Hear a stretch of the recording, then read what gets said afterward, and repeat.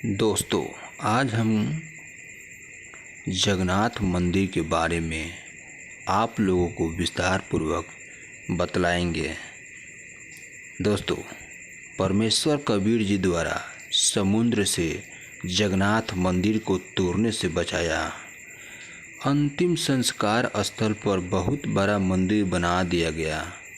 यह यादगार प्रमाण बना रहेगा कि वास्तव में श्री कृष्ण जी की मृत्यु हुई थी तथा पंच भौतिक शरीर छोड़ गए थे।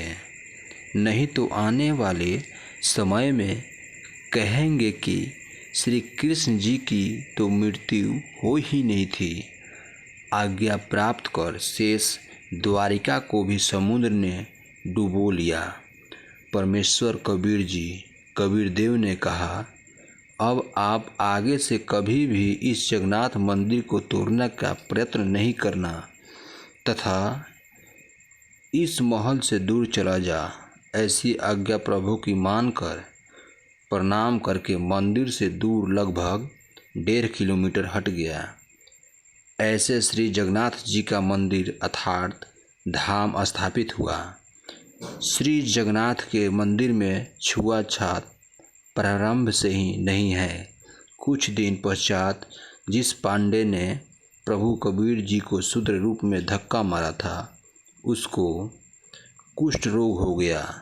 सर्व औषधि करने पर भी स्वस्थ नहीं हुआ। कुष्ठ रोग का कष्ट अधिक से अधिक बढ़ता ही चला गया। सर्व उपासने में भी श्री जगन्नाथ जी से रो कर संकट निवारण के लिए प्रार्थना की, परंतु सर्व निष्फल रही। स्वप्न में श्री कृष्ण जी ने दर्शन दिए तथा कहा, पांडव, इस संत के चरण धोकर चरणामृत पान कर। जिसको तूने मंदिर के मुख्य द्वार पर धक्का मारा था, तब उसके आशीर्वाद से तेरा कुष्ठ रोग ठीक हो सकता है।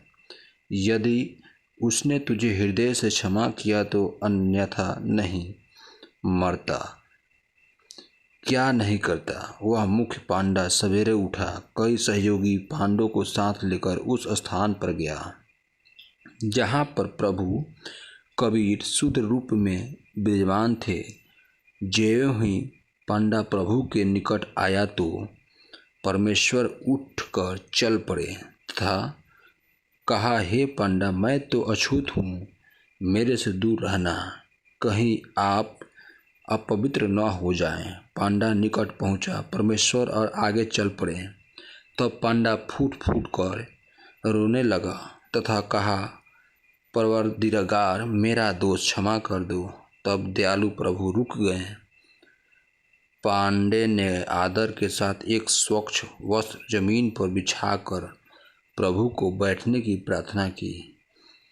प्रभु उस वस्त्र पर बैठ गए। तब उस पांडे ने स्वयं चरण धोए तथा चरणामृत को पात्र में वासित डाल लिया। प्रभु कबीर जी ने कहा, पांडे, 40 दिन तक इसे पीना भी तथा स्नान करने वाले जल में भी कुछ डालकर स्नान करते रहना। 40वें दिन तेरा कुष्ठ रोग समाप्त हो जाएगा।